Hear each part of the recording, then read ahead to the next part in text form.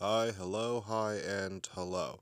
So, uh, I don't know how long ago I did it, but I made a little series to introduce my game system, Island of the Lost Souls. There was a puppet, there was a drawing, it was adorable. Or creepy, I can't tell. But, uh, the production in that drove me just a little bit crazy. So I decided to do something a little simpler. I'm just going to read out the rules.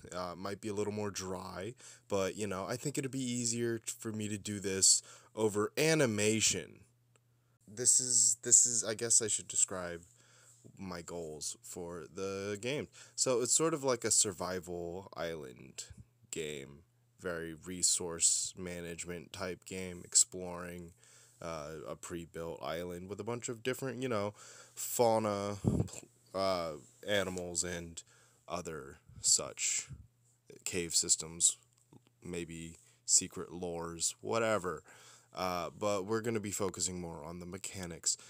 So let's get started. First, there are the stats, the three main stats that will govern most of the system are your body, mind, and your soul. At the beginning, when you start at level 1, you will have 5 points to spend amongst the stats. Each stat starts at 0 and has a minimum of 0 and can go up to 5 when you are first distributing points at the beginning of the game. Each time you level up throughout the game, you gain 1 point to put in mind, body, or soul. And at this point, there are no longer max caps for the stats. Was that clear? The stats could go up as high as you want as long as you have points to keep leveling up. Uh, Soul is special once it goes over 6.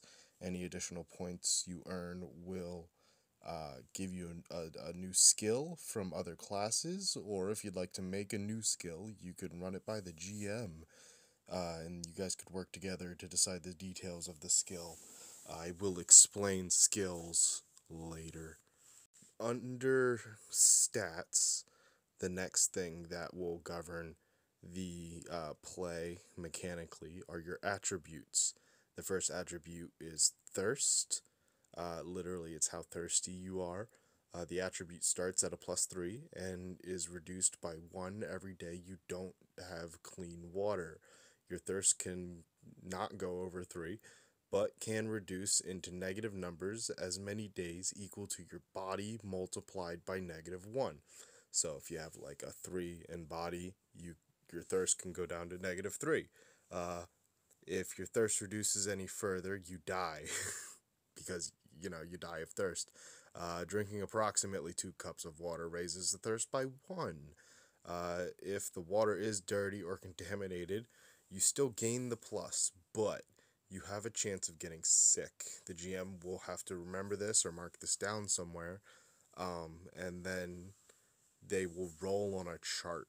I'll go into the chart later, but that'll effectively or essentially go into effect the next morning. The next attribute is hunger. Oh, Jesus, this is actually a lot. I'll get a crack my neck. Hunger starts at a +5 and can't go over 5, but it reduces by 1 every day without food, just like thirst does. Hunger can go into negatives equal to your body times -1. If your hunger drops below that, you will die of hunger. Hunger will raise depending on what you eat and how much. It will take 5 instances of scrounging for food a day to raise your hunger by 1, 3 rations a day to raise your hunger by 1, or 1 meal will raise your hunger by 1. I will go into the differences between those three definitions of eating later when we get into what the chef does. The last attribute we have to worry about is stamina. Stamina starts at +8, can't go over 8, and goes down by 1 for every half hour of effort. Stamina can go down into the negatives, just like hunger and thirst, but instead of dying when dropping below body times -1, you pass out instead. Stamina replenishes by 1 for every hour of rest, and 2 for every hour of sleep. However, if you don't get a full hour of sleep, you don't get anything. Uh, oh shit. I said the last attribute, but there's one last attribute. This is your distance from death, or DFD as we're gonna call it going forward. Your DFD is calculated every morning and kept track throughout the day. It will be your level, plus your body, plus your thirst, plus your hunger, plus your stamina. If any of those factors change, then so does your DFD. If your DFD drops to 0 or lower for any reason, you'll die. Furthermore, in order to achieve anything that's both technically possible for a human and requires more effort than would be considered effortless, you must try to roll a d20 under your DFD.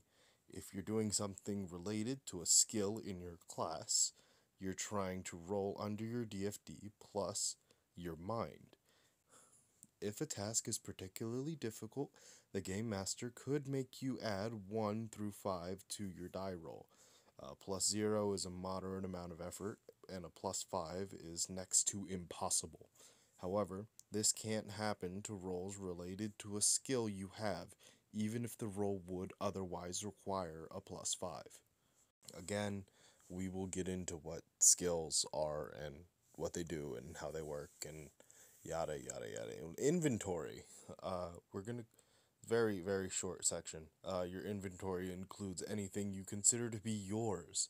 However, you have different inventories based on where everything is. Remember, this is a survival island game, so we're not quite worried about weight. We're more worried about space and how much like volume you're carrying. So the 3 inventories are on your person. This would include anything in your hands, your clothes, and anything that could hang off of your body. Next is in a bag slash basket. You'll probably have to make a bag or basket, but when you do, it will be its own inventory to put possessions in or on. And last is stashed away. You will need to keep track of where you've left anything you can't take with you. You can have as many stashes as you can stash things away and keep track of. Finally, we will get to the classes and their rules. This is a hefty section, and also the last section. So I'm gonna reposition.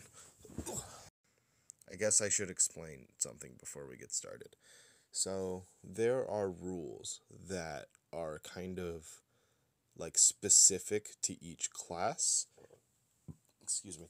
Now, while those rules technically apply to everybody, I think it would be interesting to make it so each person who has a class has to kind of keep track of their rules. And then when another person has to do something related to their class, it's up to them to explain how it works because they have those rules. Preferably, they'd have a little printout where they could refer to. Anyways, now here are the rules that govern all the classes.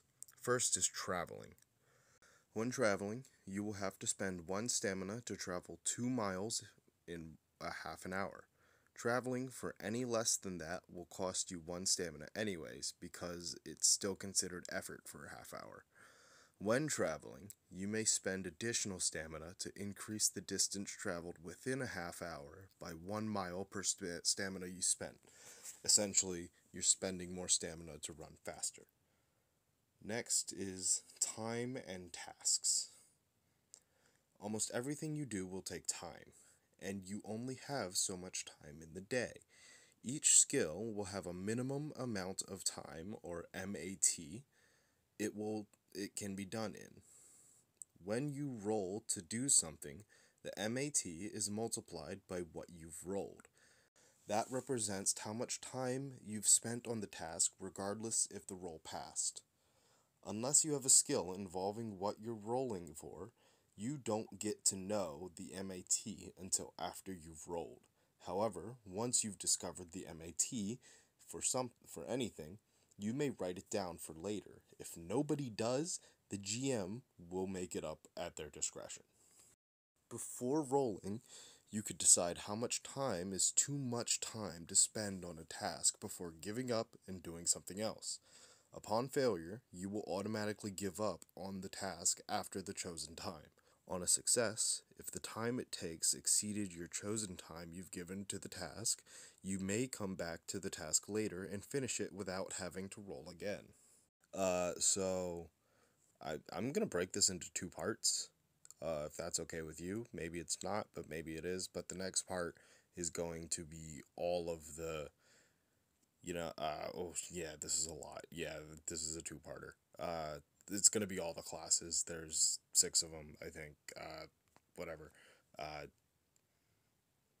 Bye.